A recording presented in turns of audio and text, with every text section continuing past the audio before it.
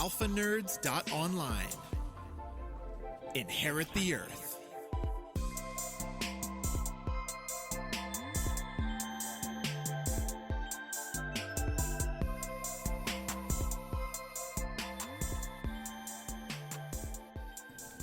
All right, everybody, excuse the fact that I'm probably going to end up coughing quite a bit tonight. I have a cold. See, I have been in transition. I've been doing things a little differently since things have begun with my grad school. And one of the recent requirements the VA has asked me to do, not that I feel obligated in any way, was to help at a local food pantry. Unfortunately, that has caught me the critters. I have my own version of Nash's coronavirus infecting me, killing me, and hopefully I will prevail over it. How's the rest of things going there, Annie? We have a guest tonight, Sara Martin. She's on the line, but we won't be introducing her just yet. How are things going on your end of the world out there in Oklahoma City University? Well, Nash, this has been one hell of a week. With you being sick and me having to do a presentation at school, I am on my last leg. Thank God it's Wednesday. And if you know anything about where we are at, Wednesday very much is that downward slide to the rest of the week. Yes, it is. Thank you, Wednesday. I don't think I can handle another couple days of school. Yes, which, guys, I want to let you know, just like the Sabbath, every seventh day you rest sort of thing, here at AlphaNerds, we're going to create something for a little while we go through this transition. And every third week, on the fourth week, we will rest. We need that opportunity to kind of keep ourselves fresh and allow for our navigations through our own busy schedules. Now, we want to let everybody know that AlphaNerds is just a brand. It's an ideology. It's something that says the meek shall inherit the earth. This means that this opportunity for anybody, be it Bradley or even Sara, if they decide that they want to go ahead and do another show on their own accord, they're more than willing to do it, and we'll host it, we'll run it, we'll even take care of it. It's just, we want this to be more than just a Nash Carey, Annie Carey show. We want this to facilitate other ideas to come to the mind and bring more content to AlphaNerds as a unifying factor for people of a particular persuasion, which is to empower those who are of the meek. No, I think that's a great idea. I mean, we've already had, a veteran's point of view, and now we're going to have a disability theology, and we've had Star Trek. Yes. So it's become the variety. This is a communal opportunity. Yes. It's the AlphaNerds NPR sort of thing. I love it. All right. NPR. Here we go. So, Sara Martin has come to us from Oklahoma City University, where she will be graduating here at just the end of the term. She is one heck of a student, people. Let me tell you what I have been impressed with her since the day I met her. She brings a powerful, positive energy into whatever she's doing. Of course, anybody has moments of discouragement, but I've never seen somebody who prevails quite like Sara Martin has. So true. Yeah. No, I mean, she has a lot on her plate. She does, she was just doing I'm not... Seminary. I'm not seminary, but she just did her own... Senior paper? No. Not senior paper night or anything like that. I'm talking about the... no, I just went blank. Okay. Never mind. All right. Well, Sara's got a lot to offer. I mean, here's a person who's basically completing her bachelor's degree in 3 years. It's she's doing a 3-for-3 program that Oklahoma City University has with St. Paul School of Theology. I keep adding that S. But St. Paul School of Theology in Oklahoma City is going to be her next transition, as she's going to be pursuing her Master's of Divinity a year earlier than most of her peers. it's quite an amazing feat. Now, Sara, you are on the line, and people can hear you at this point. I'm going to go ahead and let you and Annie begin to have this conversation and dialogue. And from here, welcome to the show. Sara, you still there? Yes, I'm here. Okay, we just welcomed you to the show. You're on air. Awesome. Welcome. Okay. Well, welcome, Sara. You must be exhausted today. You just got out of class. And I saw you, at 11 o'clock this morning? Yes. So have you been going the whole day? I'm hanging in there. It's Wednesday and we're almost to the week, so keep our eye on the prize. Oh, I know. It's been a long week. And I was trying to say you just did your own sermon, but I'm brain dead myself. So Well, it was fine. Yes, that was very good, by the way, Sara. It was such a good sermon. And I appreciated hearing every word of it, and glad I got the chance to do so. So, it's been a long week for you. You were exhausted, but let's get into it and tell us what disability theology is. Yes. So disability theology is just a way of looking at the Bible, theology, as it pertains to both people who lived in the time of Jesus and also people here and now who are trying to understand what the relevance of Jesus has to offer in their own lives and their personal experience. Okay. And do you think this is something that was included in the content of the scripture to speak to people with disabilities of that time?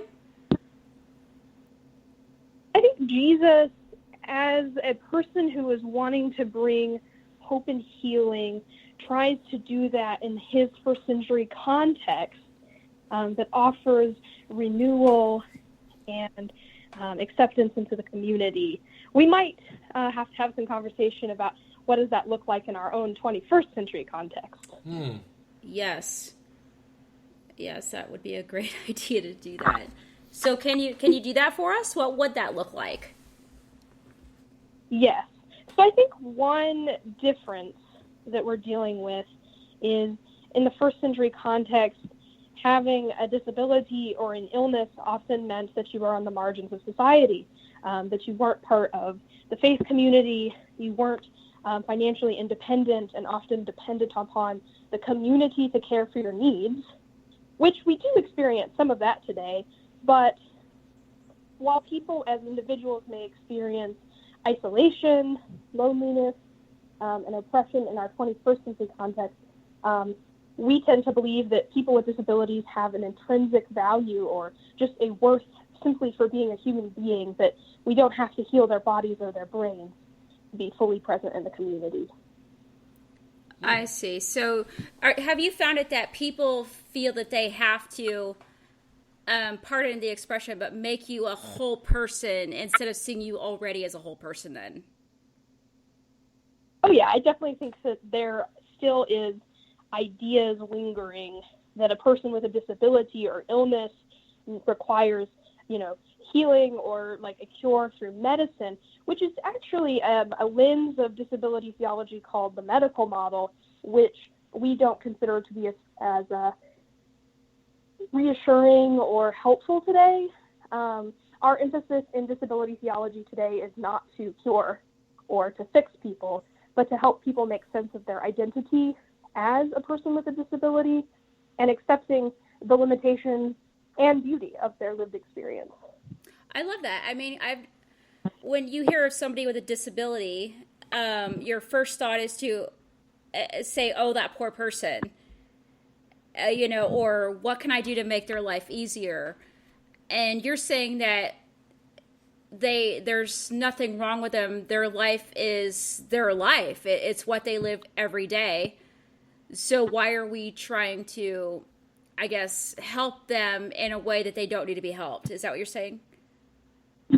Yes, I think we have to help people be proud of themselves and who they are as people, and giving them the tools to be independent. The barriers that people with disabilities experience are the discrimination and just inaccessibility in society, in education, in the workplace, to have the accommodations that they need in order to be successful. That is what is limiting. And sure, living into your own body can be limiting at times, but I think most of the time people are genuinely proud of their self-identity within the disability community. I see that. I really do.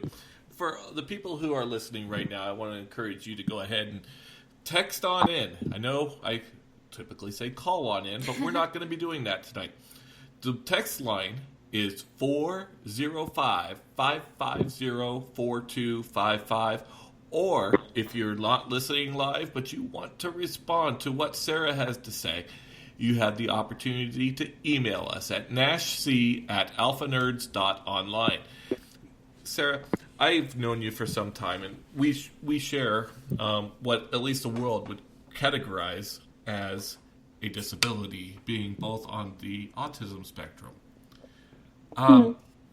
Let me ask you a question about that for just a second. Sure. I have learned through my experiences that in some ways my autism can be a disability. The sensory overload, the issues that a neurotypical mind wouldn't be able wouldn't have any issue with are regular barriers for me on a day-to-day basis. However, I also find strengths and comforts inside of my quote-unquote disability that in some ways I feel leverage me from a neurotypical mind. Would you want to speak about that for just a second for people who don't understand what might be considered to be a invisible disability? Well, I think most of the time I'm really grateful for the neurological diversity in my life, because I don't think I would be the person that I am if I hadn't had the life experiences that I've had, the challenges I've had. There are days that are really crappy, and I wish my brain would work. But most of the time, I'm really thankful because I think it's just made me a more compassionate person. This is the only body I've ever lived in. This is the one I was born with and the one I'm going to die in. So this is my body, this is my brain, this is my life. I've just kind of had to figure it out as I go. No, yeah, I think that's beautiful. I really do. So when you talk about this disability theology, do you find it hard for people to actually understand it in the way that you want to present it, if that makes any sense? Yeah, I definitely think that I've experienced pushback or challenges. Specifically when we talk about the Gospels and rethinking healing narratives, it really can make people uncomfortable to think that maybe Jesus didn't go about handling the inclusion of persons with disabilities the best way. Right, because it always talks about he healed them and they were good. Yeah. So, and you're saying that people are going to have a hard time kind of hearing that he was healing people that maybe didn't need that kind of healing. I think they needed the healing that these people required was not their bodies or their brains, but that the community was unable to accept them fully. Fully for who they were before. Yes. The intersectionality, I think, is what she's speaking to. The right. community was not able to understand necessarily, the challenges or willing to accommodate for the challenges of some of the people who were disabled. Rome was about because inside the Roman Empire is the context of all the Gospels. Rome was a very powerful entity that kind of asked for a normalization, and that normalization did not necessarily take care of the weak, sick, or impoverished, the disinherited. So, would you call, and the reason I'm asking that is a lot of people, when I started putting this out to people online,